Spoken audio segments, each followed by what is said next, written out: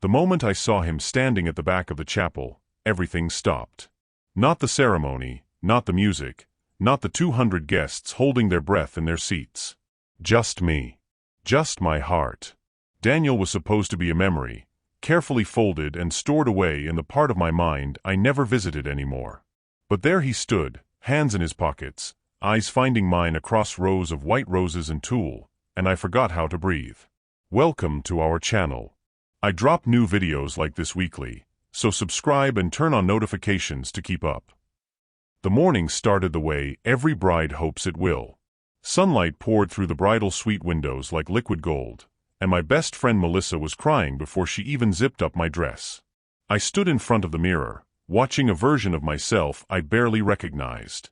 The dress was perfect. My hair was perfect. Everything was perfect. So why did my hands keep shaking? "You're just nervous," Melissa said, dabbing at her eyes with a tissue. "Everyone gets nervous." I nodded, but that wasn't it. I'd been with Colin for 3 years.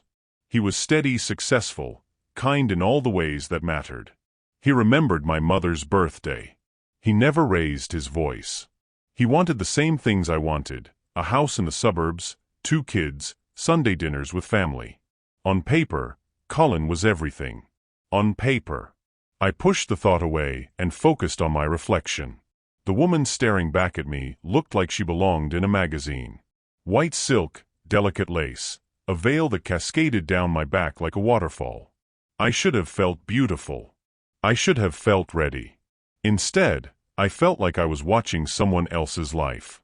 Across town, Daniel sat in his apartment staring at the wedding invitation he'd found crumpled at the bottom of a drawer. He didn't remember saving it. Didn't remember why he'd kept it at all. But there it was, cream-colored cardstock with elegant script: "Olivia Grace Hartwell and Colin James Pemberton request the honor of your presence." He ran his thumb over my name. Olivia. He used to call me Liv, back when we stayed up until 3 in the morning talking about dreams that felt too big for the small town we grew up in. Back when everything was possible and nothing was certain, and that felt like freedom instead of fear. That was 4 years ago. Before the fight. Before he chose his career over everything else. Before I left and never looked back. Daniel hadn't planned on going to the wedding. He'd told himself he'd moved on, that what we had was young love, the kind that burns bright and fast and leaves nothing but ash. He'd dated other people. So had I, obviously. And yet, every relationship since felt like he was trying to recreate something that couldn't be replicated. He looked at the clock. 10:30. The ceremony started at noon. He should throw the invitation away.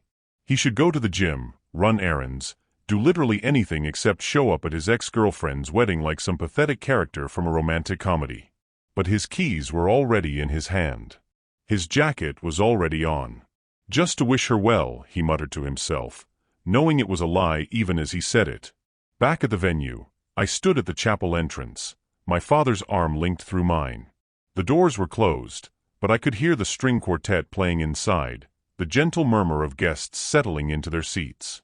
In 60 seconds, those doors would open. In 60 seconds, I would walk down the aisle toward Colin, toward the life we'd planned, toward forever. My father squeezed my hand. "You look beautiful, sweetheart. You ready?" I opened my mouth to say yes, but the word caught in my throat. Ready. Was I ready? I loved Colin. I did. He was good to me. He would be a good husband, a good father. We would have a good life. Good. The word felt like a stone in my chest. "Dad," I whispered, "can I ask you something?" He looked at me with those warm brown eyes that had seen me through every scraped knee, every broken heart, every moment I thought I couldn't survive. "Anything, baby girl." "How did you know Mom was the one?" He smiled, the kind of smile that held decades of love and memory. I didn't need to know. I felt it. Like every cell in my body was saying yes. He paused, studying my face. "Why? Are you having doubts?" Before I could answer, the wedding coordinator appeared, all efficiency and urgency. "We're ready. Positions, please." The doors swung open, and the music swelled into the processional. 200 faces turned toward me, smiling, expectant. And there, standing at the altar in his perfectly tailored tuxedo, was Colin. He looked nervous and happy and completely certain. I took a step forward. And that's when I saw him. Daniel, at the very back of the chapel, half hidden behind a pillar like he couldn't decide whether to stay or run. Our eyes met, and the world tilted sideways. 4 years collapsed into a single moment. I saw every late-night conversation, every laugh, every fight, every time he'd looked at me like I was the only thing that mattered. I saw the day he told me he was taking the job in Seattle, the one that would mean 2 years abroad, the one he said he couldn't turn down. I saw my own face as I told him I couldn't wait, that I needed someone who would choose me first. I saw us both too young and too proud to bend, too scared to admit that love sometimes means compromise. I saw all of it. And then I saw Colin, waiting for me at the altar, and I didn't know what to do. My father felt me hesitate. Live. The music played. The guests waited. Daniel stood perfectly still, his expression unreadable. And I had to choose. I forced myself to move. One step, then another. My father guided me down the aisle, and I smiled at faces I barely registered. Aunt Carol. Colin's parents. My college roommate. But my mind was a hurricane, and at the center of it was Daniel, standing there like a ghost I'd thought I'd finally laid to rest. Colin's face brightened as I approached. He mouthed, "You're beautiful," and I felt a stab of guilt so sharp it nearly stopped me again. He didn't deserve this. Whatever this was. He didn't deserve a bride who was thinking about someone else. The ceremony began in a blur. The officiant spoke about love and commitment, about choosing each other every day. I heard myself respond at the right moments, felt Colin's hands warm and steady around mine. But I couldn't stop feeling Daniel's presence, couldn't stop wondering why he was here, what it meant. Then came the vows. Colin went first, his voice strong and clear. He talked about the day we met at a charity fundraiser, how I'd been arguing passionately about education reform and he'd fallen for my fire. He promised to support my dreams, to be my partner, to love me through everything life would throw at us. It was beautiful. It was everything a bride should want to hear. When it was my turn, I looked down at the paper where I'd written my vows weeks ago. The words blurred. My mouth felt dry. I glanced up at Colin, at his expectant, loving face, and then, without meaning to, my eyes drifted to the back of the chapel. Daniel was watching me with an intensity that made my knees weak. And in that moment, I saw something in his expression I'd never seen before. Regret. Raw, devastating regret. "Live," the officiant prompted gently. I looked back at my vows, at the careful words I'd crafted about partnership and respect and building a future together. They were true. They were. But as I opened my mouth to speak them, something inside me cracked. "Colin," I said, my voice barely above a whisper. I need a moment." Confusion flickered across his face. "What?" "I'm sorry, I just need." I looked at the officiant, at the 200 guests staring at me with varying degrees of concern and curiosity. "Can we pause? Just for a minute." The chapel fell into a silence so complete I could hear my own heartbeat thundering in my ears. Colin's grip on my hands tightened. "Liv, what's going on?" I couldn't answer. Couldn't explain. I turned and looked directly at Daniel, and this time I didn't look away. "Why are you here?" The question rang out across the chapel. Gasps rippled through the crowd. Colin followed my gaze and saw Daniel for the first time, his face transforming from confusion to something harder. Daniel stepped forward, out from behind the pillar. Every eye in the room turned to him. He looked terrified and determined all at once, and when he spoke, his voice carried to every corner of that sacred space. "I came to wish you well," he said. "That's what I told myself in the car. That I just wanted to see you happy, to make peace with the past, to finally let you go." He took another step closer. "But I'd be lying if I said that now." "Daniel, don't," I started, but he shook his head. "I've been lying for 4 years, Liv. Telling myself I made the right choice. That my career was more important. That we were too young, that there would be other people, other chances. His voice cracked. But there haven't been. Not really. Because none of them were you. Colin dropped my hands like they'd burned him. Are you serious right now? He looked between us, betrayal written across every feature. At our wedding? You're doing this at our wedding. Colin, I'm so sorry. I reached for him, but he stepped back. Do you love him? The question was quiet, deadly. Right now, standing here in your wedding dress, about to marry me, do you still love him? The chapel held its breath. Melissa had her hand over her mouth. My mother looked like she might faint. My father just looked sad, like he'd known all along this moment was coming. I opened my mouth, but Daniel spoke first. She doesn't have to answer that. This was a mistake. I shouldn't have come. He was backing toward the door, his face pale. Colin, I'm sorry. Olivia, I'm so sorry. I just needed you to know that letting you go was the biggest mistake of my life. But you've moved on. You've built something here. And I have no right to. I never stopped, I said. The words came out before I could stop them, before I could think about the consequences, before I could remember the 200 people watching or the man in the tuxedo whose heart I was breaking. I never stopped loving you, I said again, louder this time, and it felt like jumping off a cliff. I tried. God, I tried so hard. But every time Colin did something sweet, I wondered if you would have done it differently. Every time I laughed, I wondered if you would have laughed too. Every time I made a decision, I heard your voice in my head asking if it was really what I wanted. Tears were streaming down my face now, ruining my makeup, but I didn't care. I told myself it was just nostalgia. That I was romanticizing what we had because it ended before we could ruin it. I told myself Colin was the better choice, the smarter choice, the safe choice. And he is, I said, turning to Colin, my heart shattering at the look on his face. He is all of those things. He's amazing and kind, and he deserves someone who doesn't have ghosts. Someone who can give him everything without reservation. Someone who doesn't see another man's face when she closes her eyes at night. Colin's jaw clenched, and I saw him fighting tears. How long? His voice was hoarse. How long have you felt this way? Always, I whispered. And I'm so sorry. You deserved better than this. Better than me. He stared at me for a long moment, and I watched our entire future dissolve between us. The house in the suburbs. The Sunday dinners. The kids who would now never exist. All of it gone, because I'd been too much of a coward to face the truth before putting on a white dress. You're right, Colin said finally. I did deserve better. He turned to the officiant, his voice formal, distant. There won't be a wedding today.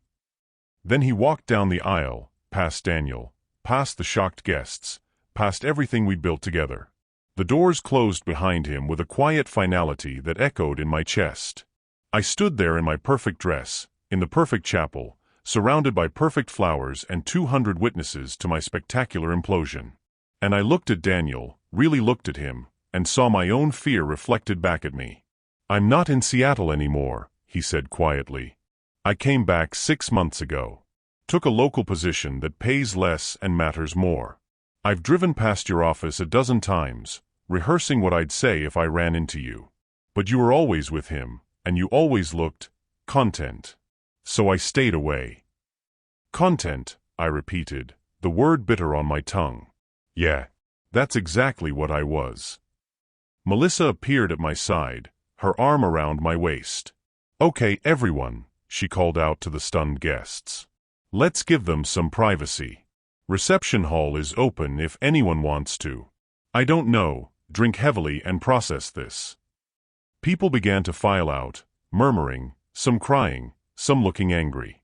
My mother stopped in front of me, her face unreadable. I hope you know what you're doing, Olivia. I don't, I admitted. I really don't. She nodded slowly, then looked at Daniel. You broke her heart once.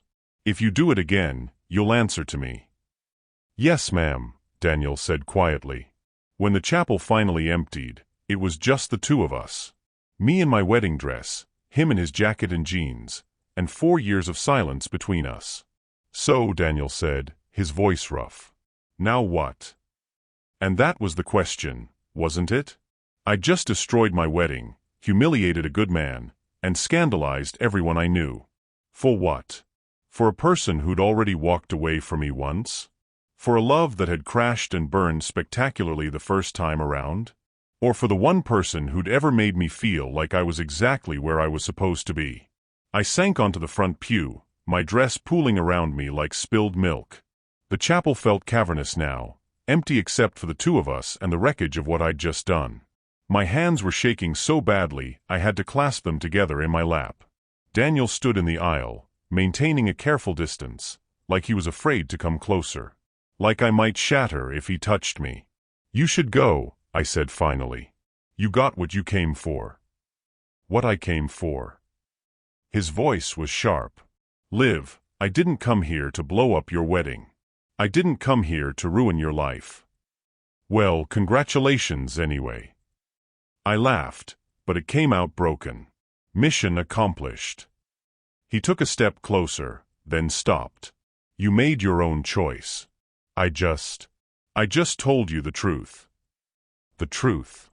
I looked up at him, and all the grief and anger I'd been holding for 4 years came rushing to the surface.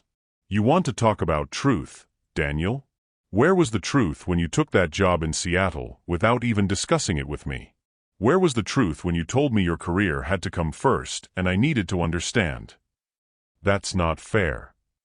"Fair." I stood up, my dress catching on the pew. "You left me. You chose a job over us. And now you show up here, 4 years later, and tell me it was a mistake? What am I supposed to do with that?" "I don't know." He ran his hands through his hair, that old familiar gesture that used to make my heart flip. "I don't know what you're supposed to do. I just knew I couldn't watch you marry someone else without telling you how I felt." "How you felt?"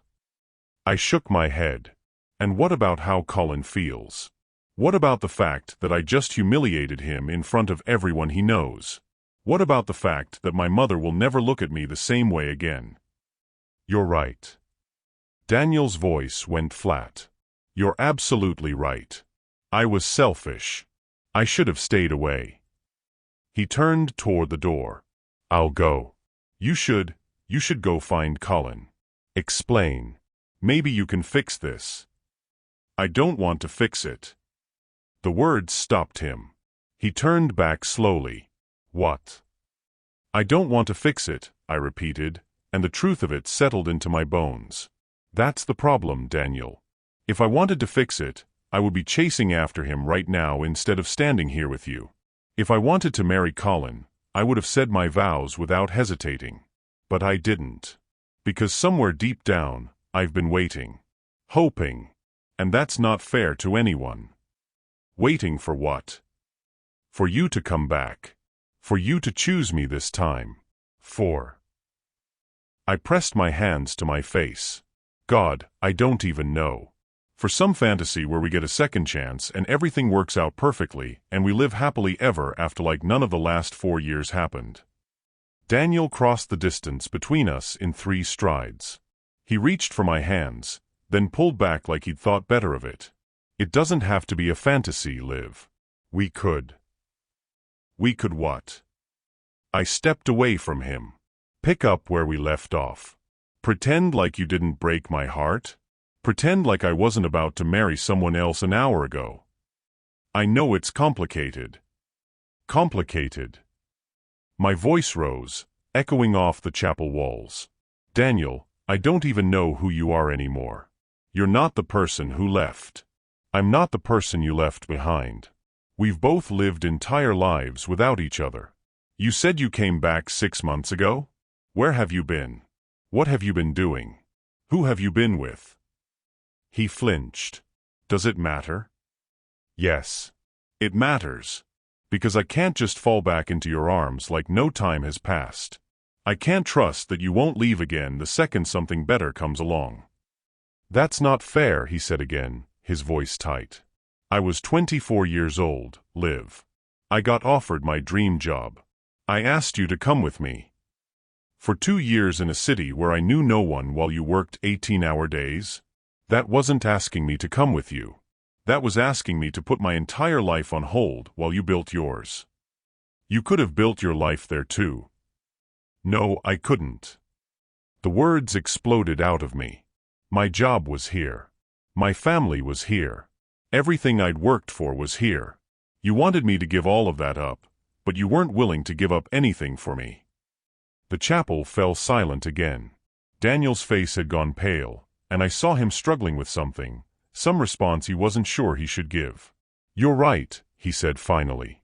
"You're right. I was selfish.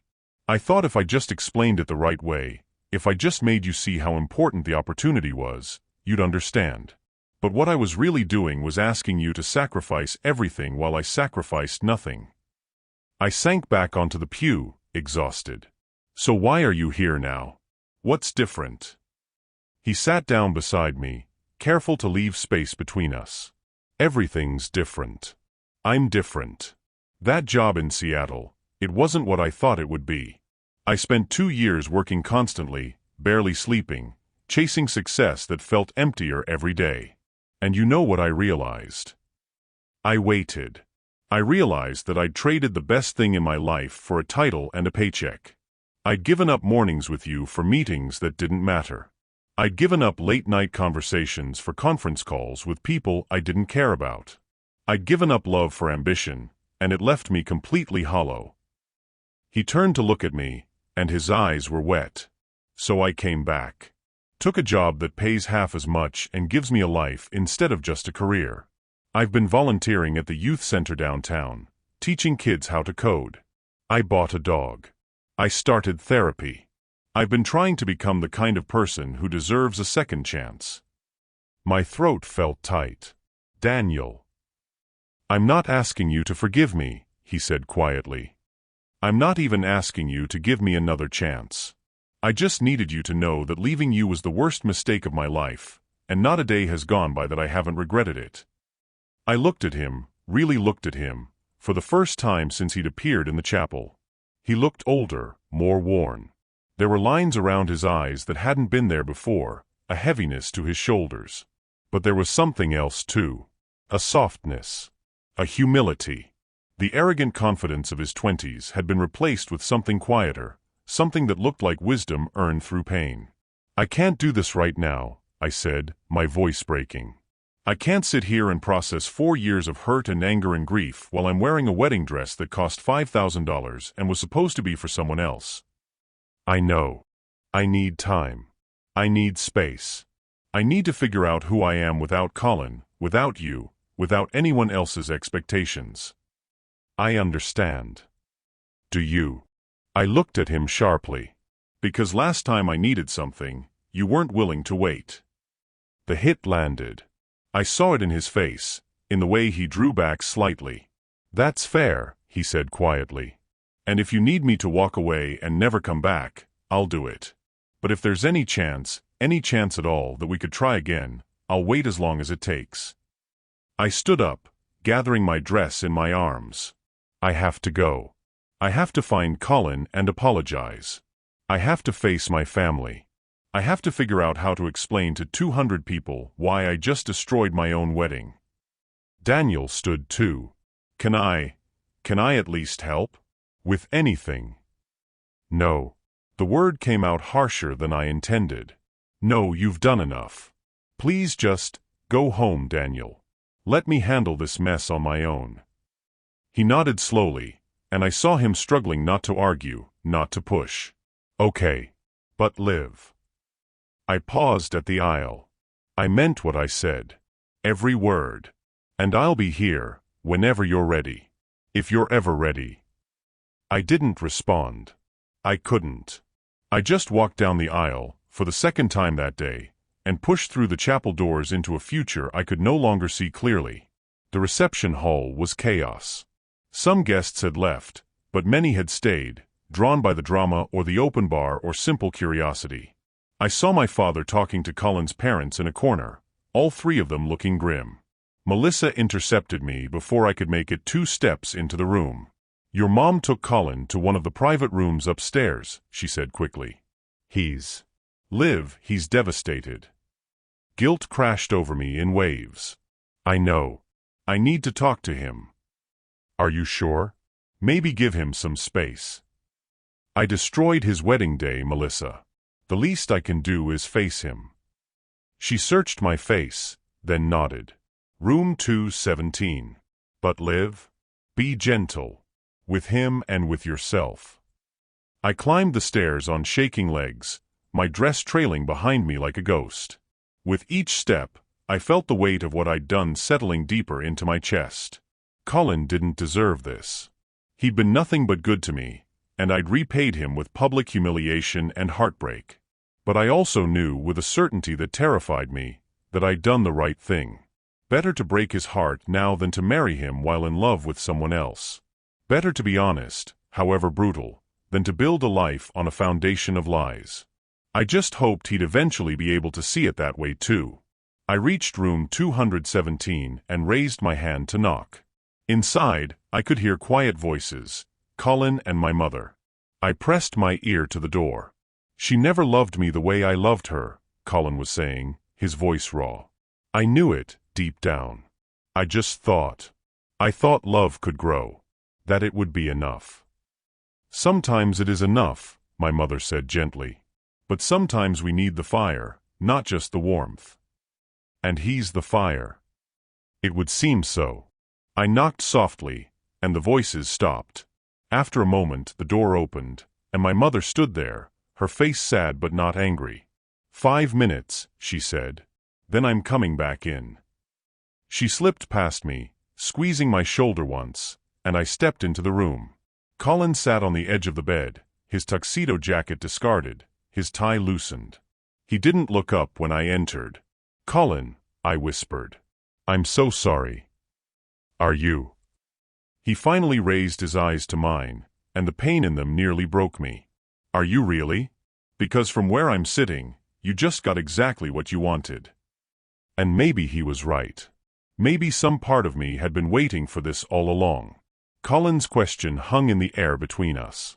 I stepped further into the room, and the door clicked shut behind me, sealing us in with all the things we'd never said to each other. That's not fair, I said quietly. I didn't want to hurt you. But you did want him. It wasn't a question.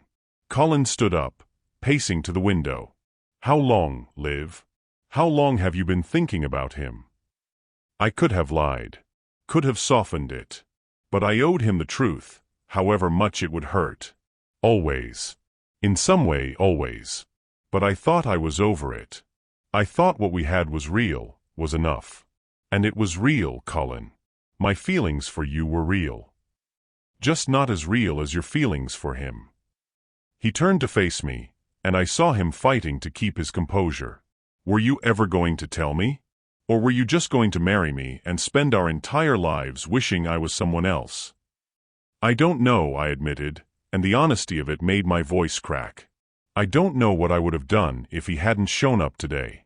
Maybe I would have married you. Maybe I would have convinced myself it was enough. Maybe I would have made us both miserable. At least you're being honest now. He laughed bitterly. That's something, I guess. Colin, you're an amazing man. You're going to find someone who loves you without reservation, who doesn't have ghosts. Don't. His voice was sharp. Don't do that. Don't try to make me feel better about the fact that you just humiliated me in front of everyone I know. Don't tell me there's someone better out there when I thought I'd already found her. I swallowed hard against the tears. You're right. I'm sorry. We stood in silence for a long moment. Outside the window, I could see guests leaving, their formal wear at odds with the confusion on their faces. Someone would be talking about this for years. The bride who stopped her own wedding. The ex who showed up and ruined everything. The groom who wasn't enough. I need to ask you something, Colin said finally. And I need you to be completely honest. Okay. Did you ever love me? Really love me? Or was I just available? Safe? A way to prove to yourself that you'd moved on? The question gutted me because I'd asked myself the same thing 100 times. I loved you, I said carefully. But not the way you deserved to be loved. Not the way I loved him. And I'm so sorry for that, Colin. I'm sorry I wasn't stronger. I'm sorry I wasn't honest with myself sooner. I'm sorry I let it get this far. He nodded slowly, his jaw tight. I want you to leave now. I can't. I can't look at you right now. Colin. Please, Liv. Just go. I left, closing the door quietly behind me, and found my mother waiting in the hallway. She didn't say anything, just opened her arms, and I collapsed into them like I was 6 years old again. She held me while I cried, stroking my hair, making soft shushing sounds. Come on, she said finally. Let's get you out of that dress. We went to the bridal suite, which felt like a museum to a life I'd almost lived. My makeup was streaked down my face, my carefully styled hair was falling apart, and my dress, my beautiful perfect dress, was wrinkled and stained. Melissa was there, and between the two of them, they managed to unzip me and help me step out of the layers of silk and lace. I stood in my slip, feeling exposed and raw. Melissa handed me a pair of jeans and a sweater from the bag I'd packed for the honeymoon I wouldn't be taking. The clothes felt wrong, too casual for the magnitude of what had just happened. What am I going to do? I asked no one in particular. Right now. My mother said practically, you're going to get dressed, and we're going to go downstairs and tell the remaining guests that the wedding is off and the reception is cancelled. Then you're going to come home with me and your father, and you're going to rest. And then you're going to figure out your life. One day at a time. She cupped my face in her hands. Sweetheart, I won't pretend I'm not disappointed in how you handled this. But I also can't pretend I didn't see this coming. What do you mean? She smiled sadly. You think I didn't notice the way you'd go quiet sometimes, like you were somewhere else? The way you'd agree to everything Colin suggested without ever really wanting anything yourself? You were settling, baby. And I kept hoping you'd realize it before it was too late. I hurt him so badly. Yes, you did. And you'll have to live with that. But you also saved him from a marriage where he'd always be second choice. In the long run, that's a kindness, even if it doesn't feel like one now. I pulled on the jeans with shaking hands. And Daniel? What do I do about Daniel? What do you want to do? I don't know. I'm angry at him. I'm angry at myself. I don't know if we can fix what broke 4 years ago. I don't even know if we should try. Melissa, who'd been uncharacteristically quiet, finally spoke up. Can I say something? I nodded. I was there, Liv. 4 years ago, when you and Daniel broke up. I watched you fall apart. You cried for weeks. You couldn't eat, couldn't sleep, couldn't function. And slowly, you put yourself back together. You built a life without him. You found Colin, and you seemed okay. Not happy maybe, but okay. She paused, choosing her words carefully. And then Daniel walked into that chapel today, and I saw something I haven't seen in 4 years. I saw you wake up. Like you've been sleepwalking through your own life and suddenly remembered who you were. That doesn't mean we should be together, I said weakly. No, it doesn't. But it means you need to figure out what you actually want instead of just taking what feels safe. She grabbed my hands. You've spent 4 years running from your feelings. Maybe it's time to run towards something instead. A knock at the door interrupted us. My father poked his head in. Sorry to interrupt, but there's someone downstairs asking for you. My heart leaped. Daniel. No. Colin's mother. His expression was grave. And Liv? She's not happy. My stomach dropped. Patricia Pemberton was a formidable woman at the best of times, sharp, proper, and fiercely protective of her son. I couldn't imagine what she wanted to say to me now, but I knew it wouldn't be pleasant. I'll go with you, Melissa offered, but I shook my head. No. I need to face this on my own. I followed my father downstairs, each step feeling like walking toward an execution. Patricia stood in the now empty reception hall, surrounded by abandoned centerpieces and untouched place settings. She turned when she heard me approach, and her face was carved from ice. "Mrs. Pemberton," I began, "I'm so sorry." "Sorry." She cut me off with a bitter laugh. "You're sorry? Well, that fixes everything, doesn't it? My son is upstairs, heartbroken, and you're sorry. I know there's nothing I can say." "You're right. There isn't." She took a step closer, and I resisted the urge to back away. "Do you have any idea what you've done? Colin planned this day for months. He was so excited, so happy. He talked about you constantly. About your future together. About the children you'd have, the life you'd build. Each word was a knife. I know. I never meant. You never meant to hurt him. Yes, I heard you say that to him. But intentions don't matter, Olivia. Actions matter. Results matter. And the result is that you've destroyed my son's trust in love, in marriage, in his own judgment." "You're right," I said quietly. "You're absolutely right. And I wish I could take it back. I wish I'd been honest sooner, before it got this far. But I can't change what happened. All I can do is tell you that Colin deserves better than someone who couldn't love him completely." "He loved you completely," she spat. "He gave you everything." "I know. And it still wasn't enough, because my heart was somewhere else. Would you really want him married to someone like that? Someone who would spend their entire marriage wishing they were with someone else?" She stared at me for a long moment, her expression unreadable. Finally she spoke, her voice cold and controlled. "You're going to stay away from him. Do you understand? No calls, no texts, no attempts to check in or explain. You're going to let him heal without you. Of course. Whatever he needs." "And that man," she continued, venom creeping into her tone. "That Daniel. I hope he's worth it. I hope he's worth the destruction you've caused." Before I could respond, she turned and walked away, her heels clicking against the marble floor like gunshots. I stood alone in the reception hall, surrounded by the remnants of a celebration that would never happen, and felt the full weight of what I'd done. My phone buzzed in my pocket. A text from Daniel, "Are you okay?" I stared at the message for a long time. Was I okay? I'd just blown up my entire life.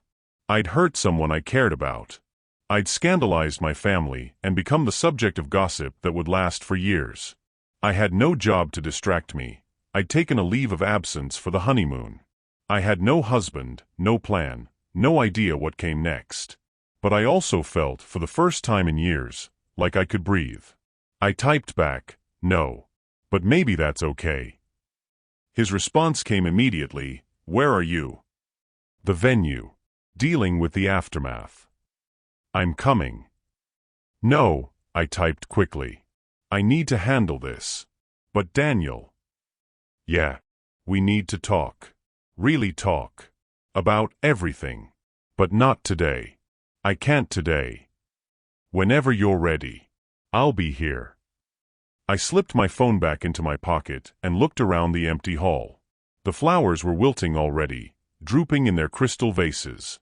The cake, a beautiful four-tier creation with sugar flowers, sat untouched on its table, a monument to promises never made. The wedding coordinator appeared from somewhere, her efficiency replaced by awkward sympathy. "Miss Hartwell, we need to discuss, well, everything. The vendors, the deposits, the contracts. Can it wait?" My voice was hoarse. I can't right now." She hesitated, then nodded. "Tomorrow. Come by the office tomorrow, and we'll sort it all out." I thanked her and walked out of the reception hall, past the chapel where I'd almost become someone's wife, out into the parking lot where the sun was starting to set. The world looked the same as it had this morning, but everything had changed. My father found me there, leaning against his car, staring at nothing. He didn't say anything, just unlocked the doors and waited. I climbed into the passenger seat, the same seat I'd sat in when he'd driven me to my first day of school, my first heartbreak, my college move-in. The seat where I'd always been his daughter, safe and certain. "Home?" he asked. I nodded, and he started the engine. As we pulled out of the parking lot, I saw Daniel's car parked across the street. He was sitting in the driver's seat, watching the venue like he couldn't quite make himself leave. Our eyes met for just a moment, and I saw everything I felt reflected back at me: regret, hope, fear, longing. Then my father turned the corner, and Daniel disappeared from view. But I knew he'd be there when I was ready. The question was, would I ever be? The next 3 days passed in a blur of shame and logistics. I spent most of my time in my childhood bedroom, surrounded by posters and trophies from a simpler time, while my phone exploded with messages I couldn't bring myself to read. Melissa handled the social media fallout. Apparently, someone had filmed Daniel's interruption and my confession, and it had gone viral. Bride calls off wedding for her ex was trending on 3 different platforms. My father fielded calls from relatives.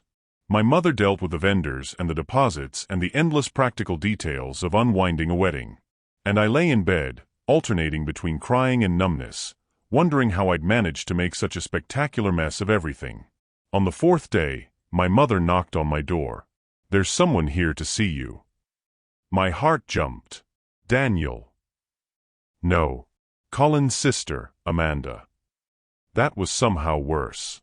Amanda had been kind to me during the engagement, welcoming me into their family without reservation. The thought of facing her now made me want to burrow deeper under the covers. "I can't. She says it's important. And Liv." My mother's voice was gentle but firm. "You can't hide forever." She was right. I dragged myself out of bed, pulled on clothes that didn't smell like despair, and went downstairs. Amanda sat at the kitchen table, her hands wrapped around a mug of coffee. She looked up when I entered, and I braced myself for anger. Instead, she just looked sad. "Hi," I said weakly. "Hi." She gestured to the chair across from her. "Sit. Please." I sat, my hands fidgeting in my lap. "Amanda, I'm so sorry." "Stop." She held up a hand. "I'm not here for apologies. I'm here because you need to understand something about my brother." I waited, confused. "Colin's been in love with the idea of you since the day he met you," she said carefully. "But I don't think he ever really knew you. Not the real you." "What do you mean?" Amanda took a sip of her coffee, choosing her words carefully. "My brother is a good man. He's responsible, loyal, stable. He wants a specific kind of life: the house, the kids, the Sunday dinners. And he was so excited when he found you because you seemed to fit perfectly into that picture." "I tried to fit," I said quietly. "I know you did. But here's the thing, you were always performing for him. Agreeing with everything, molding yourself to his expectations. And he loved it because it confirmed what he wanted to believe. But it wasn't real, Liv. Neither of you were being real with each other." I felt tears prickling my eyes. I did care about him. I know. But caring isn't the same as loving. And settling isn't the same as choosing. She reached across the table and took my hand. "What you did at that wedding was terrible. The timing was awful, the execution was a disaster, and my brother is hurting in ways I've never seen before." I started to apologize again, but she squeezed my hand to stop me. "But," she continued, "you also did him a favor. Because now he gets a chance to find someone who doesn't have to try to love him. Someone who doesn't have ghosts. Someone who chooses him first, not as a consolation prize." Is he okay?" "No. But he will be." She released my hand and sat back. "He asked me to give you something." She pulled an envelope from her purse and slid it across the table. My name was written on it in Colin's neat handwriting. My hands trembled as I opened it. Inside was a single piece of paper with just a few lines. "Liv, I loved you the best way I knew how. I'm sorry it wasn't enough to compete with a memory. I'm sorry I didn't see what was right in front of me. You deserve to be happy, even if it's not with me. Even if it's with him. Don't wait 4 more years to tell him the truth. See." The words blurred as tears spilled down my cheeks. Even now, even after everything, Colin was being kind. It made it worse somehow, the guilt settling deeper into my bones. "He's a better person than I am," I whispered. "Maybe," Amanda said, Or maybe he's just further along in accepting what is instead of fighting for what could never be. She stood up, preparing to leave. Take care of yourself, Olivia. And for what it's worth, I hope it works out with Daniel. I hope he's worth all of this. After she left, I sat at the kitchen table holding Colin's note, letting myself finally grieve for what I'd lost and what I'd destroyed. My mother found me there an hour later and sat down beside me without a word. I need to see him, I said finally. Daniel. I need to understand what happened 4 years ago. Really understand. Then call him. I pulled out my phone and stared at his number. 4 years ago, I deleted it in a fit of rage and heartbreak. But I'd memorized it first, just in case. Just in case I ever got weak and wanted to hear his voice. Just in case he ever came back. I typed, "Can we meet? There are things I need to know." His response came within seconds. When and where? The coffee shop on 5th. The one we used to go to. Tomorrow at 2. I'll be there. I spent the rest of the day rehearsing what I'd say, what I'd ask, what I needed to know before I could even think about moving forward. But when I walked into that coffee shop the next afternoon and saw Daniel sitting at our old table by the window, all my carefully prepared words vanished. He stood when he saw me, uncertain whether to hug me or shake my hand or just stand there awkwardly. We settled on awkward, sitting down across from each other with our coffee cups as barriers between us. "You look tired," he said. "I destroyed my wedding and became a viral video. I haven't been sleeping great." A ghost of a smile crossed his face, then disappeared. "How are you? Really?" "Honestly? I don't know. Everything feels surreal. Like I'm watching someone else's life fall apart." I wrapped my hands around my coffee cup, needing something to hold on to. "But I need to understand something, Daniel. I need to understand what really happened 4 years ago." "I told you. I chose wrong." "No, I mean before that. Before Seattle." I leaned forward. "We were so good together.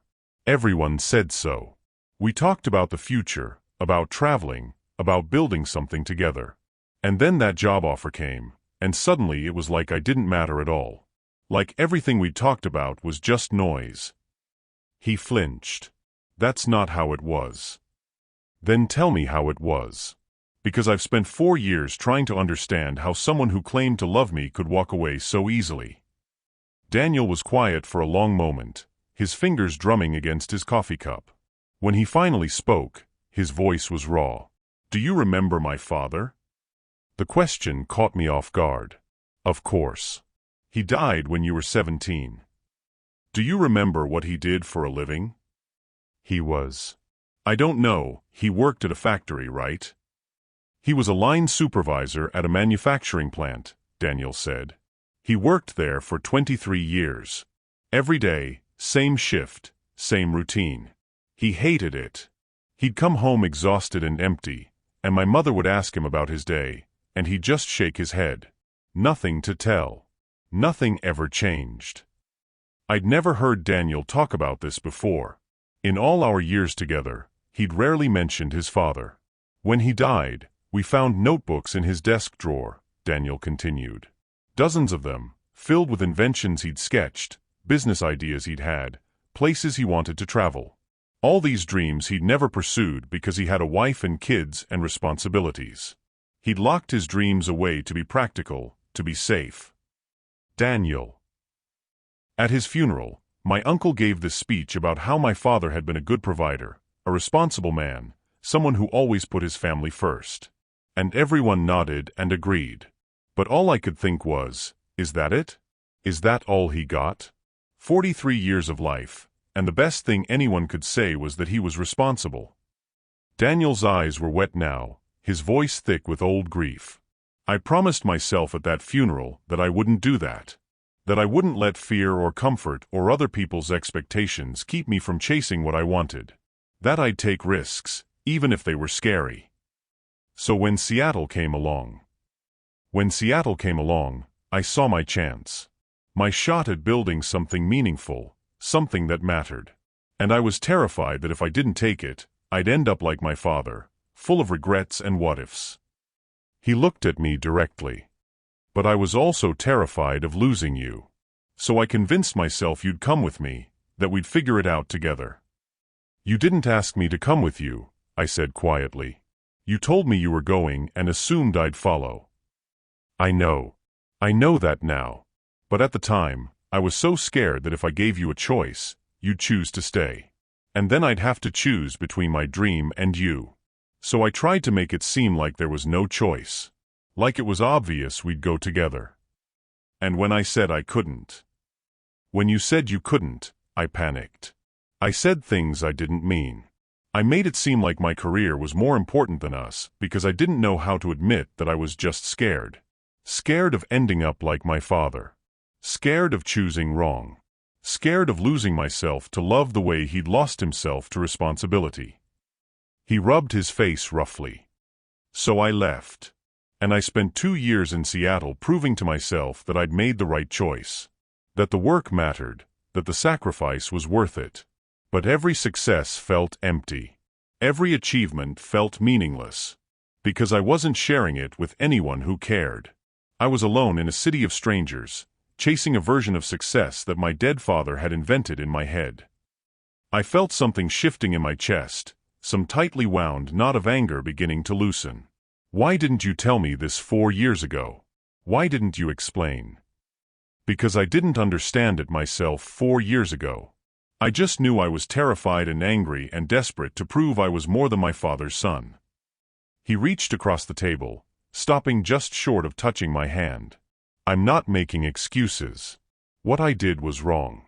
The way I handled it was cruel. But I need you to know it was never because you didn't matter. It was because you mattered so much that choosing you felt like giving up on myself. And now I understand that loving you was never the opposite of chasing my dreams. It was part of my dreams. The most important part. He pulled his hand back, giving me space. I've been in therapy for a year, working through all of this. Understanding that my father's life wasn't a cautionary tale about following your dreams. It was a cautionary tale about never talking about what you really wanted. About suffering in silence instead of being honest with the people you loved. I absorbed this, turning it over in my mind. 4 years ago, I'd thought Daniel left because he didn't love me enough. But maybe he'd left because he didn't love himself enough. Because he was running from his father's ghost instead of running toward anything real. I'm sorry about your dad, I said finally. I wish I'd known all of this back then. Would it have changed anything? I don't know. Maybe. Or maybe we both needed these 4 years to grow up. I took a sip of my coffee, which had gone cold. You said you've been back for 6 months. Why didn't you reach out? I saw you with Colin, he said simply. At a restaurant downtown, about 7 months ago. You were laughing at something he said, and you looked content. And I thought, she's moved on. She's building a life. Who am I to come back and disrupt that? But you came to the wedding. I told myself I was strong enough to watch you marry someone else. That I just needed to see you one last time to get closure. He laughed bitterly. Turns out I'm not that strong. We sat in silence for a moment, the weight of 4 years and 1,000 unsaid things hanging between us. Around us, the coffee shop hummed with normal life, students studying, couples chatting, baristas steaming milk. Everyone else's world was intact while ours was in pieces. I don't know if I can trust you again, I said quietly. I don't know if I can believe that you won't run the next time something scary happens. I know. And I'm a mess right now, Daniel. I just called off my wedding. I'm jobless, I'm living with my parents, and I have no idea what I'm doing with my life. I know that too. So what do we do? He looked at me with those eyes that had once known every part of me, and I saw fear and hope and determination all mixed together. We start over. Not where we left off, but from the beginning. We go slow. We talk about the hard things instead of running from them. We build something new instead of trying to resurrect what died. And if it doesn't work, then at least we'll know we tried. At least we'll have been honest with each other and ourselves. He finally reached across and took my hand, And I let him. I'm not the same person who left, Liv. And you're not the same person I left behind. Maybe that's a good thing. Maybe we can be better together now than we ever were before. I looked down at our joined hands and felt something crack open in my chest, not breaking but opening. Like a door I'd kept sealed was finally letting in light. I need time, I said. I need to figure out who I am without Colin, without you, without anyone's expectations. I need to make sure I'm not just running from one relationship into another because I'm scared to be alone. Take all the time you need. But Daniel. I squeezed his hand. I'm glad you came to the wedding. I'm glad you told the truth. Because I was about to make the biggest mistake of my life, and you saved me from it. We saved each other, he said softly. Like we always did. I left the coffee shop an hour later with more questions than answers, but also with something I hadn't felt in days: hope. Maybe Daniel and I could find our way back to each other. Maybe we couldn't. But for the first time, I was ready to find out. 2 months passed. 2 months of therapy sessions where I untangled my own patterns of people-pleasing and avoiding hard conversations. 2 months of coffee dates with Daniel where we talked about everything: our fears, our failures, our dreams that had changed and the ones that hadn't. We didn't rush. We didn't fall into bed or into old patterns. Instead, we built something new, brick by careful brick. One Saturday, Daniel showed up at my parents' house with his dog, a scruffy rescue named Cooper, and asked if I wanted to go hiking. We drove to the state park where we'd had our first date 7 years ago, and as we climbed the familiar trail, I felt something settle in my chest. I got a job offer, I said as we reached the overlook. Teaching position at the community college. It's not glamorous, but it's meaningful work. That's amazing, Liv. His smile was genuine, proud. Are you going to take it? I think so. It feels right. I sat on the bench overlooking the valley, and Daniel sat beside me, Cooper sprawled at our feet. It's funny. All those years planning a future with Colin, I never once felt this certain about anything. What changed? I did. I stopped trying to fit into someone else's vision and started figuring out my own. I looked at him. You were right that day at the coffee shop. We're not the same people we were. And I think I like who we're becoming.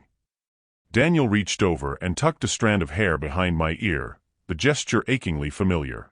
I like who you're becoming too. We sat in comfortable silence, watching the sun paint the sky in shades of gold and pink.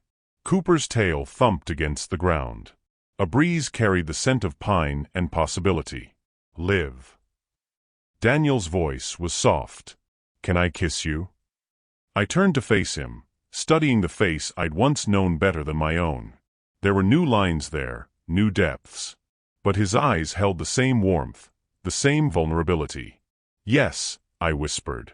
He leaned in slowly, giving me time to change my mind, time to pull away. But I didn't want to pull away. When his lips met mine, it felt like coming home and starting over all at once. Familiar and new. Safe and terrifying. When we pulled apart, I was crying. Happy tears this time. I'm still scared, I admitted. Me too. He pressed his forehead against mine. But I'm more scared of not trying. 3 weeks later, everything fell apart.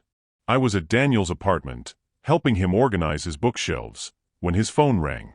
He glanced at the screen and his expression changed, excitement mixed with something that looked like guilt. I need to take this, he said, stepping into the bedroom.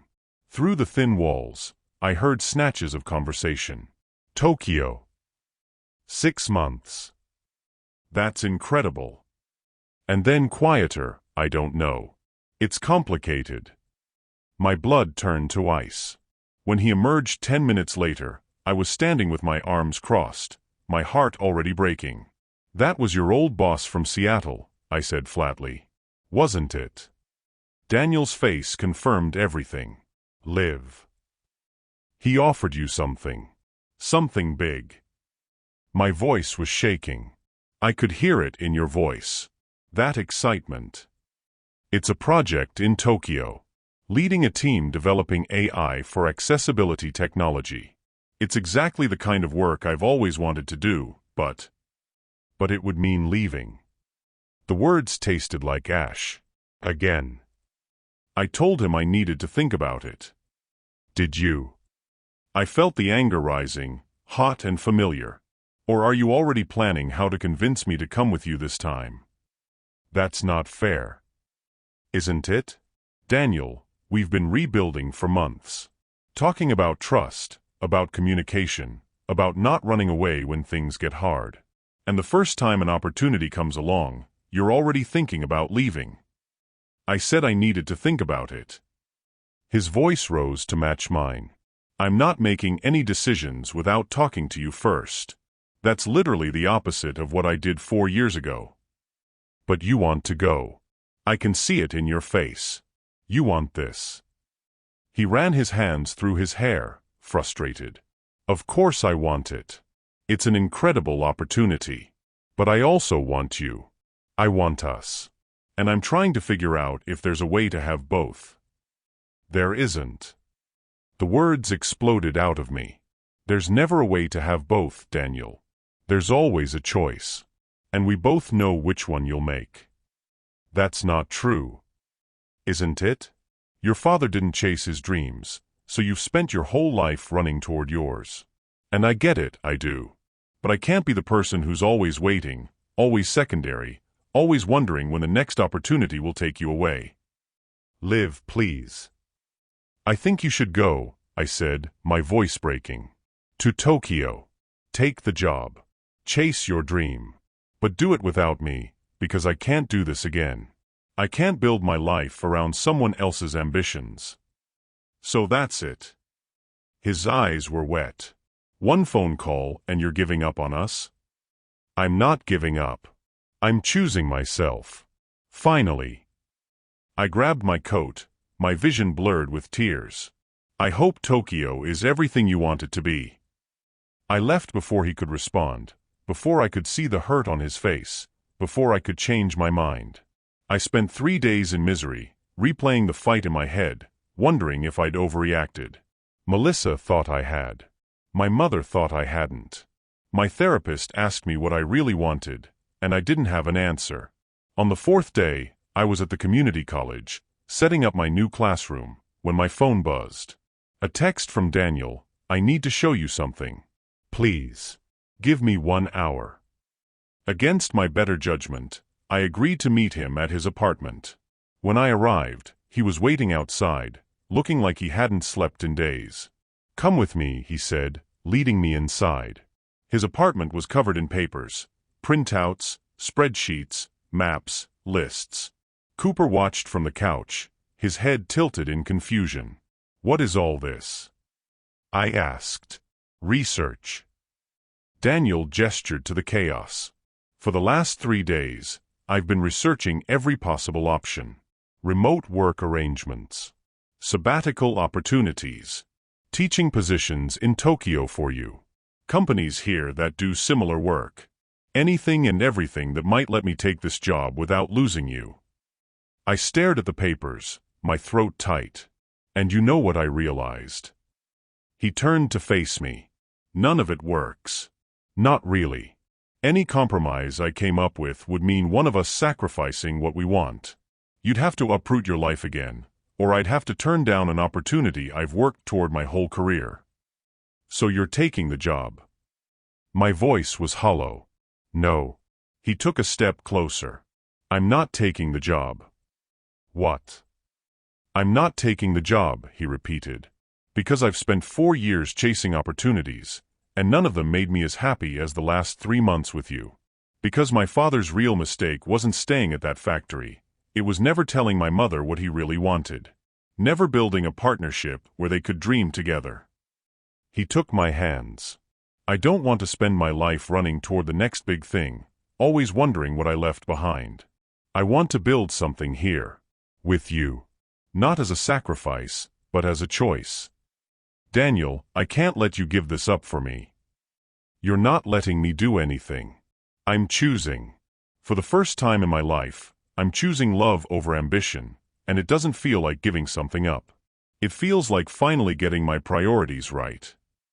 Tears streamed down my face. But what if you resent me? What if 20 years from now, you're like your father, full of regrets? I won't be. Because I'm not hiding this decision. I'm not suffering in silence. I'm telling you exactly what I want and why I want it. He cupped my face in his hands. I want you, Liv. I want mornings together and stupid arguments about whose turn it is to walk the dog. I want to be there when you're nervous about your first day teaching. I want to build something that matters more than any job ever could. Are you sure? I've never been more sure of anything. I kissed him then, pouring 4 years of hurt and hope and healing into it. When we pulled apart, we were both crying and laughing. I love you, I whispered. I never stopped. I love you too. And this time, I'm not going anywhere. 6 months later, I stood in front of my classroom, watching my students file in for the last day of the semester. Teaching had turned out to be exactly what I needed, challenging, meaningful work that was mine alone. After class, I found Daniel waiting outside, holding Cooper's leash and a bouquet of wildflowers. Ready? He asked. We drove to the overlook where he'd first kissed me again all those months ago. The sun was setting, painting everything gold, and I felt completely, perfectly at peace. I have something for you, Daniel said, reaching into his pocket. He pulled out a small box, and my heart stopped. This isn't what you think, he said quickly. Or maybe it is, but not yet. Open it. Inside was a key. I bought a house, he explained. Nothing fancy. But it has a big backyard for Cooper, a room you could use as a home office, and it's 10 minutes from the college. He paused. I'm not asking you to marry me. Not yet. We've got time for that. But I'm asking if you want to build a life with me. Actually build it, together, as partners. I looked at the key, then at Daniel, then at the valley spread out below us. A year ago, I'd been standing in a wedding dress, about to make the biggest mistake of my life. Now I was standing here, being offered something real. Yes, I said, and it felt like the truest word I'd ever spoken. He pulled me close, and we stood there as the sun set on who we'd been and rose on who we were becoming. Together. Finally. Because sometimes love isn't about perfect timing or grand gestures. Sometimes it's about two people who choose each other, again and again, until choosing becomes as natural as breathing. And sometimes the person you're meant to be with shows up at exactly the wrong moment, so you can find your way back to them at exactly the right one. So here's my question for you. Have you ever had to choose between love and everything else you thought you wanted? What did you choose, and do you regret it? Tell me your story below, because we all need to know we're not alone in these impossible decisions.